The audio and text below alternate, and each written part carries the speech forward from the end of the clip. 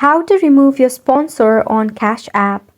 Hey there, welcome back to the channel, and let's get right into this tutorial.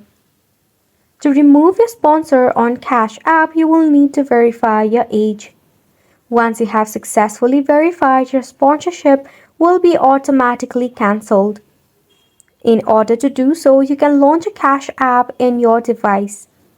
Head over to your profile icon that would be in your top right corner.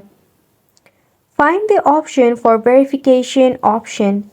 Check for any option related to age verification or account upgrade. Follow the specific instruction provided by Cash App to complete the verification process. This may involve providing identification document or other required information.